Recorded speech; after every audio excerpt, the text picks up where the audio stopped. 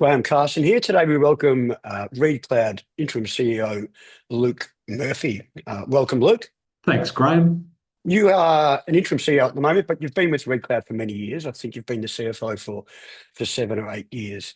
Now you've been pivotal in driving the change in the business. It's been a continual focus over the last few periods, improving not only the top line, but discipline around costs and a very clear strategic framework for growth. So do you want to explain your position now, Luke, and what sort of the main points of that focus over the last few years have been? Sure, thanks, Graeme.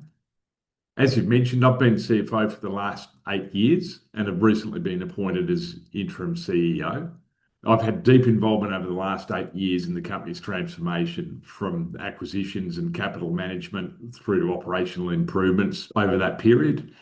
And the company's transformation has been reflected in its financial results over the last couple of years. We've got the right organisational structure and accountabilities and strategic plans in place. And this leadership transition really represents a continuity rather than a change in strategic direction. So from my seat, the focus is on execution, growth, great customer outcomes, and disciplined cost allocation. So in terms of where we've come from, ReadCloud today is a fundamentally different business from what it was 3 years ago.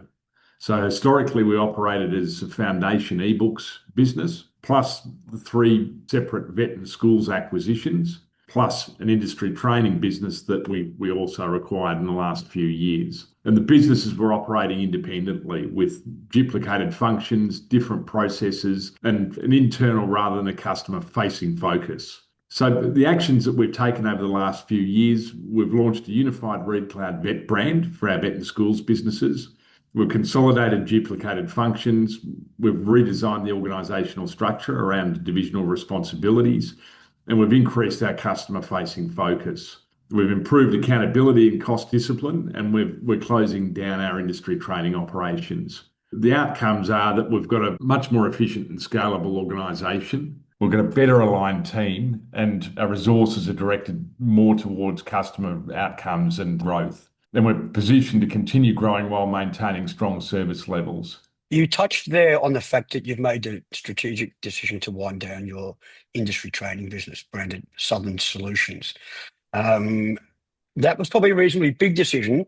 It has got some different dynamics to your other schools-facing businesses because it wasn't schools-facing. But can you talk us through the thinking behind decision to wind that down? Sure. So look, we've made the strategic decision to exit industry training and focus entirely on our school education markets. We've found the last couple of years that industry training was increasingly impacted by unpredictable state government policy and funding changes. Now, for example, FY25 industry training revenue declined 28% year on year, and revenue would have declined further in FY26 even without the wind down decision. So the strategic rationale really is that the business was impacting group profitability and consuming management attention and really detracting from the strong performance of our schools-facing businesses. So post the wind down of our industry training business, it allows us to allocate capital and management resources fully focused on vet and schools and our ebooks businesses. The final impact of that industry business that you're closing down will not impact beyond FY26, is my understanding. So you're going to get a clean year next year in FY27 in a business that actually, from an investment perspective, is probably easier to understand. And you're facing one industry across 2 school-facing businesses. And those businesses are vet in schools and ebooks, which is where I guess ReadCloud was born. Can you explain sort of the core operations that are left and a brief explanation around those divisions and what the main dynamics are? Sure. So as you mentioned, we're left with 2 core schools businesses. Our vet and schools, vet stands for vocational education and training, and our ebooks business. So the vocational education and training in schools business, what we do, we enable schools to deliver nationally recognised vocational qualifications to their students alongside the traditional curriculum, with students remaining on campus. And what that means, we provide the learning materials, compliance support, assessment platform and progress tracking tools, basically everything that the school needs to deliver a nationally accredited vocational qualification to their students.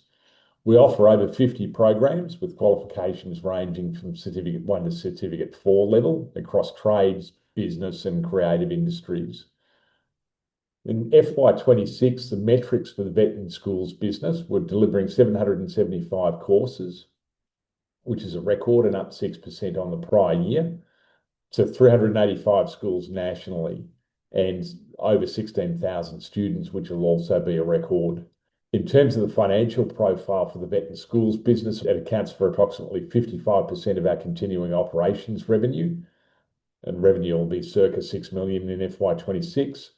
And our gross margins have consistently been above 90%. And the high margins reflect our ownership of both the course intellectual property and our technology platform. And the key revenue drivers for our vet and schools business are number of schools, number of courses per school, and number of students. Okay, well, that's a summary in vet and schools. Luke, can you explain your other core division, which is ebooks? So our second schools-focused business is our ebook solutions business. And via this business, we provide secondary schools with a digital solution to the resource management burdens of procuring physical textbooks. So via our platform, we provide teachers and students with access to curriculum-aligned content from the world's leading publishers, and our platform improves accessibility and learning engagement with inbuilt features including collaborative annotation, language translation, and reading comprehension support tools. And then for FY26, we're serving over 60 domestic schools directly or via reseller partners, and also international schools. The financial profile for the ebook solutions business, it accounts for approximately 45% of continuing operations revenue. The revenue this year will be circa 5 million. And the key revenue streams for the ebook solutions business are ebook sales, in which we make margin, and software as a service style license fees. You're a September year-end business. You've delivered therefore your interim result quite recently. The timing of your end of year aligns with the school curriculum, which is why you've done it that way. So FY26 is now largely de-risked because a lot of your revenue and profits generated in the first half. So I guess we start to now look as investors into FY27. How are the businesses positioned in the core operations for FY27? I noticed that vet and schools has been growing strongly at around the 15% CAGR rate at the top line. Do you think that can continue in vet and schools? Are the early signs for FY27 looking strong? Early signs are positive, Graeme. As you mentioned, we've achieved 15% compound annual growth at the revenue line over the last 5 years. And that growth's really been driven by customer retention consistently being above 90%, new school wins, and a long-term trend of increasing average number of schools taken by our school customers. So our FY27 pipeline, as described in our recent half-year report, we had 10 new schools already confirmed for 2027, 20 schools in advanced discussions, and another 39 in early stages of engagement. The sales pipeline conversion has continued since the release of our half-year results, and we're tracking well ahead of where we were at the same point last year. And pleasingly, our existing customers are looking to add additional courses. So the long-term trend of increasing the number of courses delivered per school remains intact. Now, overall, FY27 is shaping up as another growth year. Yeah, okay. Well, it looks like the momentum in vet and schools should hopefully continue. You're certainly well positioned for that to be the case. Now, ebooks is something that you've been driving change through that business to secure growth, both domestically and offshore. Can you explain how that business is positioned and what sort of changes you're making both domestically and internationally? The key strengths of our ebook solutions business are customer retention, sitting at 89% in FY26, but it's consistently been around the 90% mark. And average customer tenure now exceeds 5 years. So the long-term value of our customers is increasing as well. And really the key drivers or key growth levers for our ebook solutions business, it's increasing revenue per school.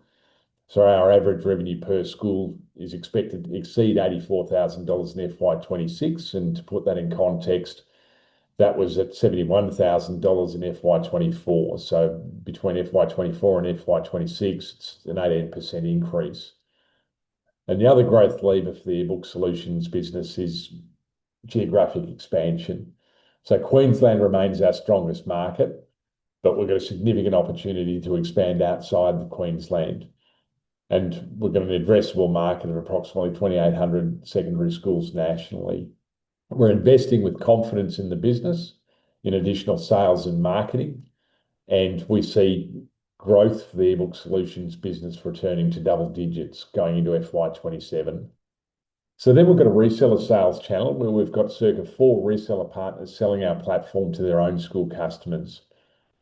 Going into FY27, we're looking to reinvigorate the reseller channel with increased collaboration, including co-branded marketing and sales training for the reseller reps. We've seen some early positive results with our main reseller partner having won its largest ever school customer. Historically, our reseller channels accounted for approximately 30% of ebook solutions revenue, whereas in FY25 it only accounted for 7% of revenue, and we see an opportunity to really build the contribution from the reseller sales channel back up. It's a highly scalable and low-cost distribution channel. And then you touched on international schools that may have students that are located all over the world. And our platform's particularly well suited to schools operating across multiple regions. We reduce administration in terms of getting classroom resources to a dispersed student cohort, and we provide a consistent learning environment for that student cohort that may be located in 50 countries or more. We've got a growing pipeline of potential international school customers on the back of increased market presence, and that's included in attendance at conferences and direct marketing activities. And we're confident of converting some of this sales pipeline in the next 6 months. So on a combined basis, it looks like your core operations that are left to schools businesses are going to hopefully continue to grow at the top line at a double-digit rate, probably in the short term driven by that momentum in vet and schools. And on a combined basis, those businesses are profitable as well. Now, I know you've got cash on the balance sheet, and I know there's no debt in the business, but you do have some pretty good growth ambitions organically. Have you got the funding and the cash generation to deliver on those, do you think? Absolutely. Our existing cash reserves support our organic growth strategy. We've got strong customer retention, we've got scalable unit economics, we've got growing contracted revenue, and we've got positive operating cash flow that's being generated by our continuing operations. And what about M&A? Is that the sort of thing that you guys will look at? And I know it's a question for the board as well as for you, but is it part of the strategy to grow this business through potential M&A opportunities, either domestically and or internationally? So we're certainly open to complementary acquisitions that would accelerate growth or enhance strategic positioning or create shareholder value. And we've got some balance sheet flexibility to pursue both organic growth and selective acquisition opportunities. Thank you, Luke. Congratulations on everything that you and the team have achieved to date. We look forward to seeing continued success over the coming periods, and best of luck with the execution of it all. Thanks, Graeme.